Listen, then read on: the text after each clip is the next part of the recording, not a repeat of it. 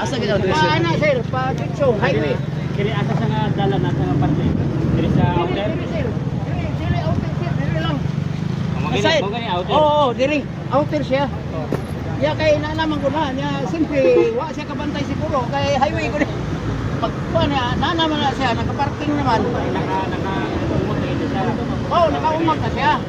Pero kanito si Col diri gyud kaagi. Sa outer na siya. Tingala gani nga himpiti man. Ya, nauna may nakita na mo ni nga na sa yun. Oo, nagulat sa mga daw. Oo. Ay man. Isa.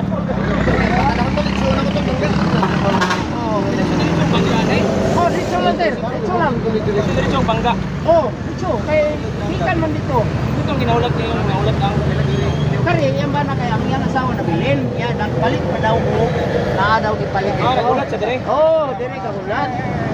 Mo yan ang kuan dungog sa ilaha. Kay na may mga tao dire nga nakahibalo pod, nakabantay. Oh. Oh, pa ana man ang tricycle, pa tupan. Oh. Dire ko.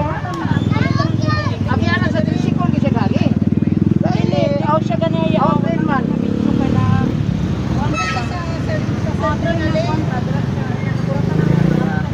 Sa outin na di posible mabangga na diha o wala siya sa atin.